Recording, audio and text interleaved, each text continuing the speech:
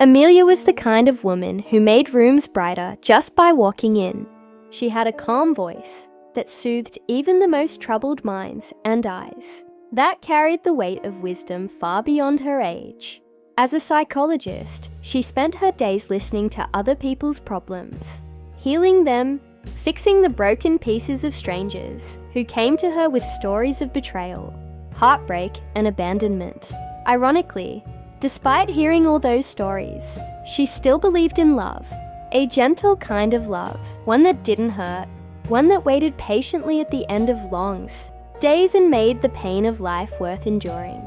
She had been proposed to by many men, doctors, lawyers, even a celebrated author once confessed that he had fallen for her during one of their therapy sessions. But Amelia said no to all of them. She wasn't looking for perfection. She was looking for honesty, stability, a partner who would walk beside her in the silence and in the noise. Then came Andrew. He wasn't the loudest in the room. He didn't send her flowers or write poems, but he listened, and that was enough for her. They met at a charity event hosted for mental health awareness. Andrew worked in corporate management at a large firm, and he had volunteered to help organize the event. He was polite, a little shy, but when he looked at Amelia, it wasn't lust she saw. It was something deeper, something gentle. He approached her after her speech and complimented her insight. They talked for nearly an hour before the crowd pulled them away. The next day, he messaged her, and so it began. Their relationship progressed smoothly. No drama, no second guesses, just long walks, coffee dates, and quiet evenings spent talking about everything and nothing. For the first time in her life, Amelia felt safe. 2 months into their relationship, Andrew proposed. It was simple, just the two of them on a rooftop, with city lights dancing below. He didn't have a ring, just a promise, and that promise was enough for her. Amelia said yes. Everyone was shocked. Her friends, her family, her colleagues. The woman who had rejected every suitor for years had suddenly agreed to marry a man she had only known for 8 weeks. But Amelia had always trusted her heart, and her heart had whispered Andrew's name. The wedding was small and elegant. Her white gown flowed like water, and Andrew looked at her as if he had won the world. They danced. They laughed. They kissed under the stars. She thought she had found forever, but forever came with secrets, and those secrets would soon become her nightmare. The honeymoon phase was quiet, not the passionate chaos people often describe. It was filled with shared breakfasts, gentle forehead kisses, short texts in the middle of the day that simply said, "I miss you." Amelia had moved into Andrew's apartment. It was a clean, modern place, but it lacked warmth. She filled it with books and plants. Her scent lingered in the sheets. Her laughter echoed through the kitchen. She was trying to make it home. Andrew started coming home late. At first, he blamed work, a new campaign, a demanding boss, tight deadlines. Amelia believed him. She knew corporate life could be unforgiving. But then came the silence. His texts became shorter, his kisses more distracted. He stopped asking her how her day was. He forgot the way she liked her tea. He looked at his phone more than he looked at her. Still, Amelia remained patient. She cooked his favorite meals, left notes in his jacket pocket, bought tickets for weekend getaways that he always cancelled at the last minute. She started noticing the perfume. It wasn't hers. It lingered on his collar, sweet, floral, too youthful to be a mistake. Then came the whispers. Her friend Emily saw Andrew at a coffee shop near his office, with a woman. They were sitting too close, whispering, smiling. Amelia laughed it off. She told herself not to jump to conclusions. She trusted her husband. She had to. But the seed of doubt had been planted. That night, she waited for Andrew to come home. He arrived past midnight, his shirt wrinkled, his phone glued to his hand. He said he had stayed late for a client presentation, then went straight to the shower. Amelia stood alone in the living room, staring at the half-empty wine glass she had poured hours earlier. Her reflection in the window looked like a stranger. Days passed. Andrew became colder. He stopped wearing his wedding ring. He turned off his phone around her. And once, when she hugged him from behind, he flinched as if her touch burned. Amelia started investigating. She wasn't proud of it, but something inside her had cracked. So she checked his messages, his emails, his calendar. That was when she found her. Annie. The name came up repeatedly. Lunch meetings, late calls, deleted texts, a hotel reservation under a fake email. That was traced back to Andrew's work account. Amelia's hands trembled.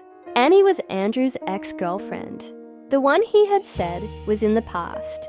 The one he claimed had hurt him. The one he had sworn never to speak to again. She realized then that the man she married was not the man she thought he was. Her heart didn't break all at once. It crumbled quietly, piece by piece, in the silence of their apartment, in the coldness of their bed, in the lies that sat between their smiles. She didn't confront him, not yet. She needed more, not just proof. She needed power, because when the time came to face Andrew, she would not be the same woman who said yes to him on that rooftop. She would be something stronger, something far more dangerous. Amelia moved through the days like a ghost. To Andrew, nothing had changed. She still smiled, still made his morning coffee, still kissed him on the cheek when he left for work. But inside, something had turned cold. Not broken, just frozen. She watched him closely, took mental notes of every lie he told, every message he tried to hide, every excuse that didn't line up. She became a master of quiet observation, the kind of silent war only a woman betrayed could wage. She didn't cry, not once. Tears would only give him the satisfaction of knowing he had the power to hurt her. Instead, she studied, calculated, waited. One evening she followed him. She knew his routine, knew which nights he claimed to be at the office, knew the alley behind the parking lot, where he thought no one would see him get into a cab. She stayed far enough behind to go unnoticed. Her heart pounded in her chest, but her hands didn't shake. She wasn't scared. She was awake. The cab stopped at a hotel, not even a fancy one, just clean and quiet enough to be discreet. She stood across the street and watched him walk in, alone. Minutes later, Annie arrived, tall, pretty, overdressed for a simple meeting. She kissed Andrew before they even reached the elevator. Amelia turned and walked away. She didn't need to see more. The next morning, she went to work like usual. Her patients never knew that their therapist had just watched her husband kiss another woman in front of a hotel lobby. She listened to them with the same calm voice, nodded at the right moments, asked the right questions. But in the back of her mind, a plan was forming. She started gathering evidence, phone records, hotel bookings, screenshots of texts, even a voice recording app. She placed in Andrew's car the next time she borrowed his keys. She didn't want a confrontation, not yet. She wanted a strategy. She met with a lawyer, a discreet one, paid in cash, left no paper trail. She learned about divorce laws, property rights, infidelity clauses, everything she needed to know to protect herself when the time came. Then came the irony. A few days later, Andrew brought her flowers. He said he missed her smile, said he felt distant lately, and wanted to reconnect. He even suggested a weekend getaway, somewhere quiet, just the two of them. Amelia looked into his eyes and almost laughed. She nodded, said she would love that. In his mind, she was falling back into his arms. In hers, she was digging his grave. Andrew had no idea the kind of woman he had underestimated. He thought he had married someone soft. But Amelia wasn't soft. She was fire wrapped in silk, and she had just begun to burn. The weekend getaway was to a cabin by the lake. Andrew drove them both, pretending to be excited. He played romantic music, laughed at things she didn't find funny, tried to reach for her hand like he used to. Amelia gave him everything he wanted. Her smile, her warmth, even her silence. She let him think everything was fine. The cabin was beautiful, surrounded by trees, no neighbors, just still water and the sound of birds. A perfect place to fall in love again, Andrew said. He didn't know it was also the perfect place for Amelia to gather one last piece of truth. She had installed an app on his phone a week earlier. It duplicated every text, call, and audio message to a hidden cloud account only she could access. And while Andrew showered that evening, his phone lit up.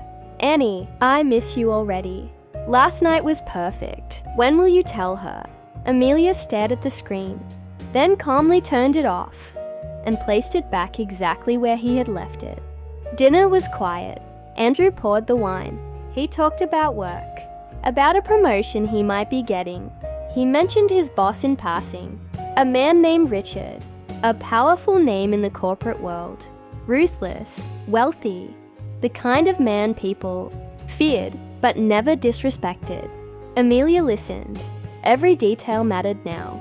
Later that night, Andrew reached for her, touched her like he used to, whispered that he had missed her, that he wanted to make things right. She let him, not because she forgave him, but because she needed him to believe she was still his. The next morning, she woke up early and sat by the lake. The sunrise painted the water in gold. She closed her eyes and breathed in the cold air. For the first time in weeks, her heart didn't feel heavy.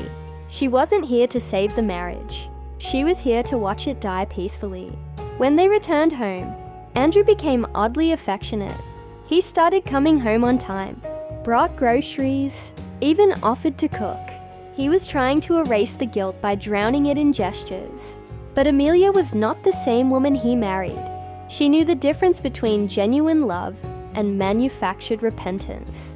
She played along. Every compliment he gave her, she returned. Every lie he told, she pretended to believe. Behind her soft eyes, she carried a secret. She had already reached out to someone. Richard, Andrew's boss. Amelia had found his email through company records, sent him a message that was both professional and polite.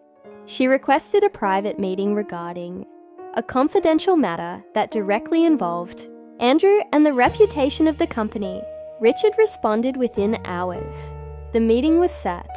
Amelia wore her best black dress that day, simple, elegant, understated. She walked into the towering building with calm steps and the grace of a woman who knew exactly what she was doing. She didn't come to destroy Andrew. She came to make sure he watched himself fall.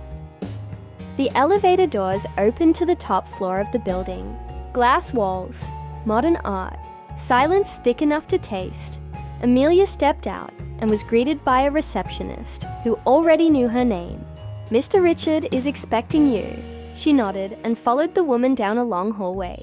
At the end stood a door made of dark wood with silver handles. It opened smoothly and revealed a large office bathed in sunlight. Behind the desk sat Richard Holloway, tall, commanding, dressed in a perfectly tailored suit. His presence was both intimidating and magnetic.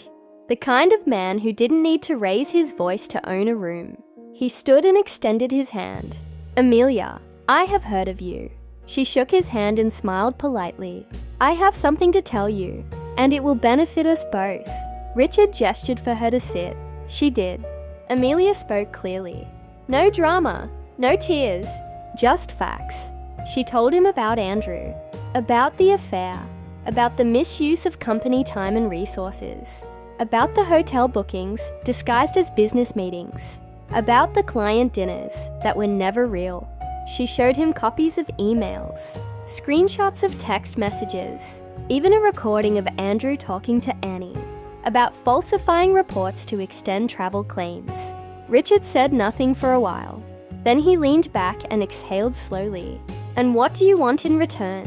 Amelia met his gaze without flinching. "I want him out of the company. Quietly. No lawsuits. No noise. Just gone." Richard tilted his head slightly. "And what else?" Amelia paused. "A job. In the department he always bragged about. I have a degree in psychology and management. I can be useful." Richard smiled, a slow, amused smile. not at her request, but at her composure. "You are not just a woman scorned. You are strategic." She nodded once. "You are correct." He stood and walked to the window, looked out at the city for a long moment before speaking again. "Consider it done." The meeting ended with a firm handshake. Amelia left the office with her heart pounding, but her expression calm. She had just turned her husband's biggest advantage into her personal revenge. Days passed. Andrew continued acting like the perfect husband. He didn't know that emails had been forwarded, that his reports were under audit, that his company credit card was being traced. He smiled like a man who believed the storm had passed. Then came the call. It was a Monday morning when Richard summoned him. The meeting lasted 10 minutes. Andrew came home early that day, pale, confused. He told Amelia he had been let go, that the company was restructuring, that it wasn't personal. She listened, nodded, hugged him. She didn't say a word about Richard, about the real reason, about how the company's silence was part of the agreement she had made. That night, Andrew cried in their bedroom. Amelia watched from the doorway. She didn't feel pity, only clarity. He had betrayed her body, but she had dismantled his world, and she had only just begun. Andrew spent the next week spiraling. At first, he tried to stay strong. He wore his usual suit, went out every morning pretending to have meetings. But Amelia knew better. He was sitting in cafes, staring at his phone, waiting for emails that would never come. He applied to other companies. Some didn't respond. Others rejected him politely. A few never even acknowledged his resume. The truth was spreading quietly. Richard had not blacklisted Andrew, but the silence was louder than any warning. In the corporate world, sometimes being forgotten was worse than being destroyed. Amelia began to reclaim herself. She reconnected with old friends, started writing articles on emotional resilience. She joined an online therapy platform where her insights were quickly recognized. Clients requested her by name. Her calendar filled. Her energy returned. She no longer walked through her own home like a prisoner. She walked like it belonged to her again. Andrew noticed. He became clingy, asked her to sit with him, talked about starting fresh, suggested moving to a new city. He even mentioned trying for a baby. That word hit her like a slap. A baby. With what trust? With what future? With what soul? Amelia smiled softly and told him they could talk about it later. Later never came. One evening, he came home drunk, reeking of failure and desperation. He threw his briefcase on the floor, ranted about how no one respected loyalty anymore, how companies were heartless, how people pretended to care and then vanished. Amelia sat calmly at the table and listened. She didn't argue. She didn't try to fix him. She had done that enough already. That night, while he slept on the couch, she sat in bed and wrote her resignation letter for the online therapy platform. Not because she was done working, but because a bigger door had opened. Richard had called. He wanted her to join his executive wellness program, a private project for high-ranking executives in his company. She would be paid 3 times what she earned before. She would have access to resources most psychologists only dreamed of. Amelia accepted without hesitation. The first day she walked into her new office, she felt light. Her past no longer sat on her shoulders. It stood behind her, quiet, irrelevant. Andrew remained jobless. He started asking for her help, to review his resume, to reach out to her contacts, to make calls. She gave him polite answers, delayed responses. Eventually, she stopped responding at all. He asked if she still loved him. She told him she loved who he used to be, and then she said nothing more. Amelia had found her strength again, not through revenge alone, but through rebirth.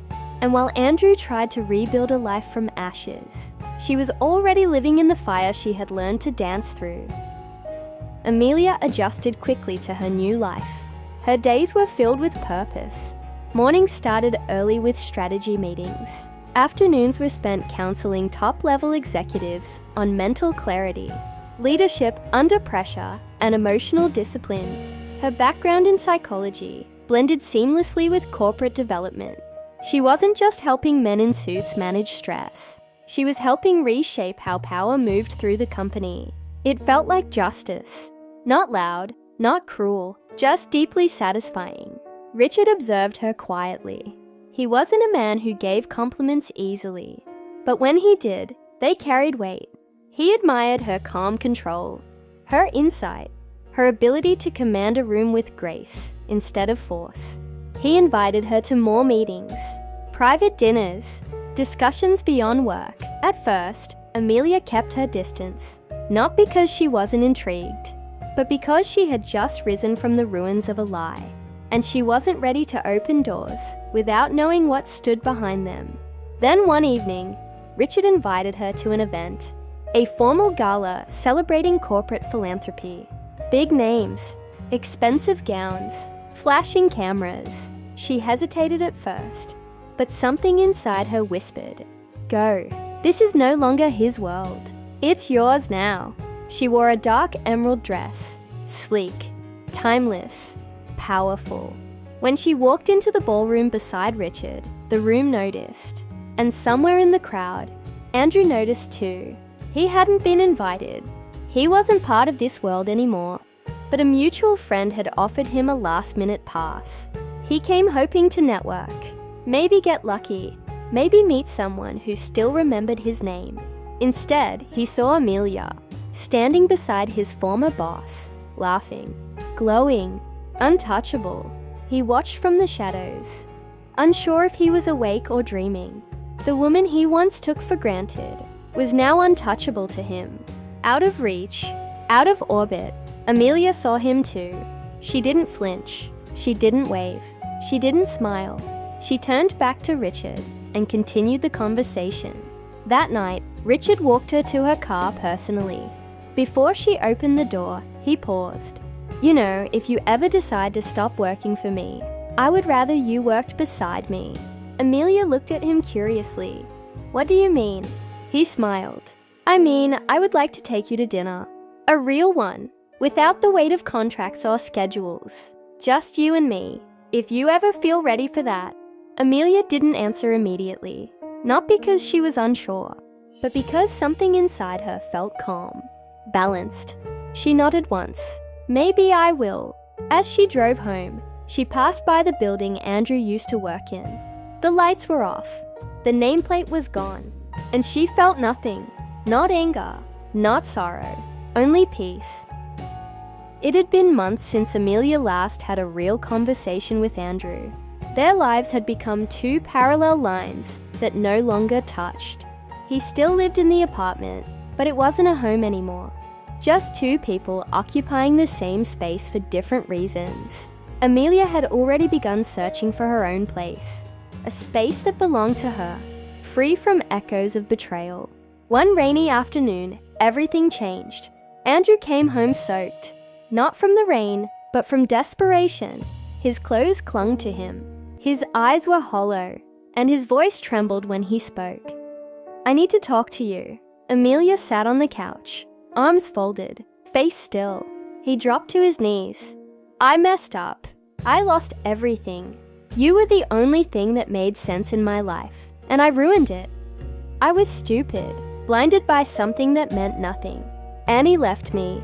She said I was broken. And maybe I am, but you were my light."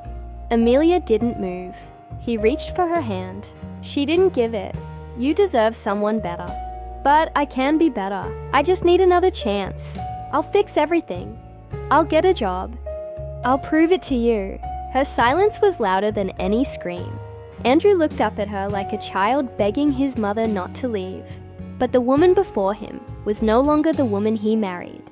She wasn't the soft voice who waited for him late at night. She wasn't the quiet comfort he used to betray. She had become something else, something steel. Amelia finally stood. "There's nothing left to fix. You broke something that doesn't grow back. I loved you. I gave you everything. And when I was at my most loyal, you were at your most cruel." Andrew tried to speak, but no words came out. She continued, "You thought I would beg. You thought I would compete with your past. But I didn't lose you. You lost me. And now, I don't want you back." He began to cry, real tears, heavy sobs that shook his chest. Amelia watched in silence. There was no joy in his pain, but no sorrow either. She packed her bags that night. Everything she wanted to keep, every piece of herself that mattered. She left the rest behind. The walls, the sheets, the memories. By morning, she was gone. Her new apartment was smaller, simpler, but it was hers. The windows let in golden light. The air was clean, and there was no shadow in the hallway whispering of lies. A few days later, she received a message from Richard. A simple line, "Dinner still on the table if you are." She stared at the screen and smiled.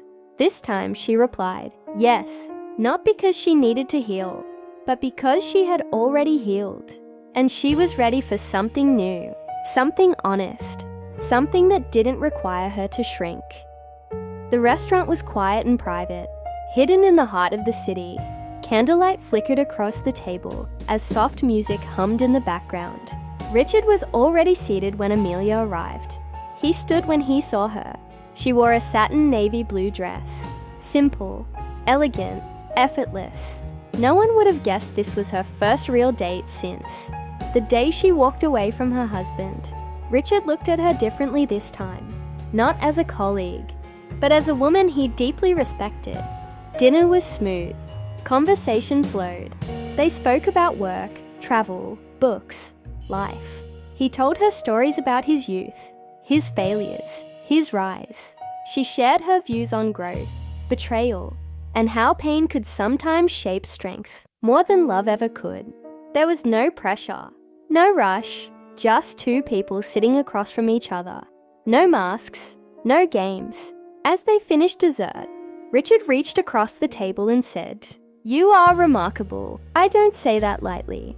Amelia smiled, not out of flattery, but because for once, someone saw her without trying to own her.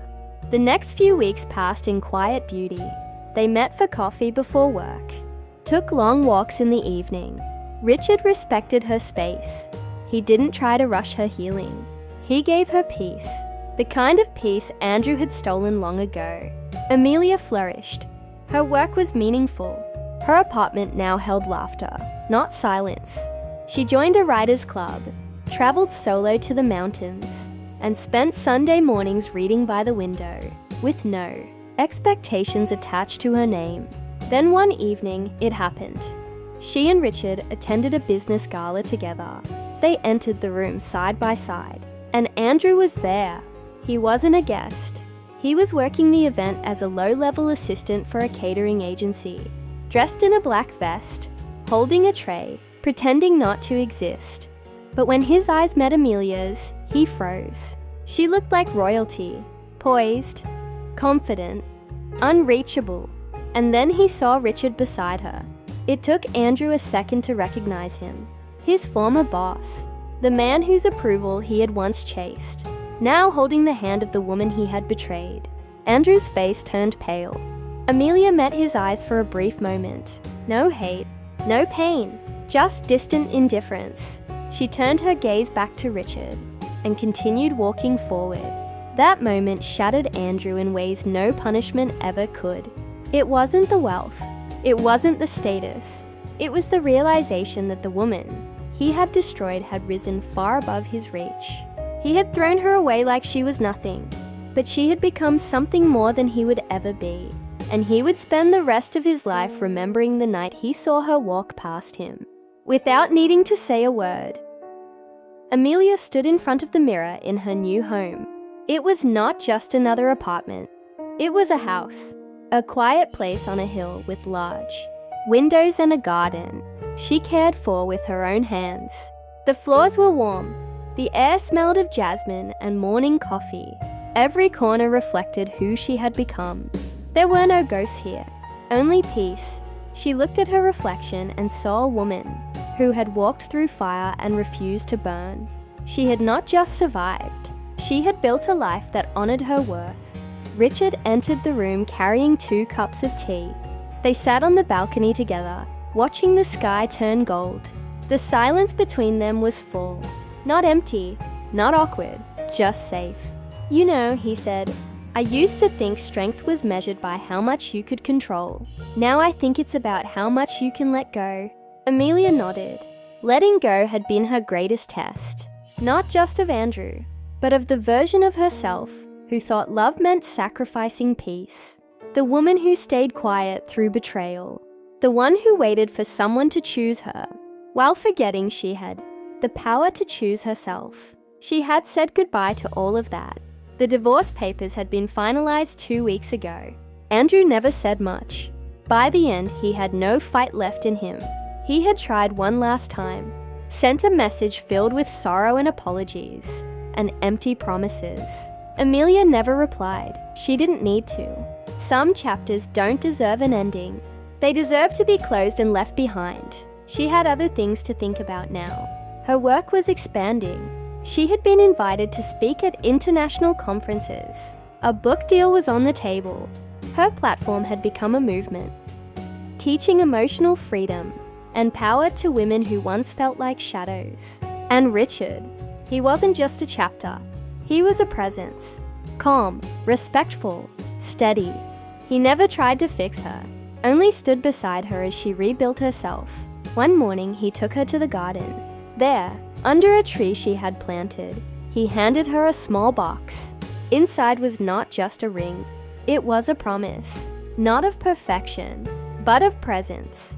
Amelia said yes, not because she needed a new beginning, but because this time, she had written the ending herself. No more lies, no more begging for love, no more shrinking to fit someone else's version of enough. She was more than enough, and now the world would know it too.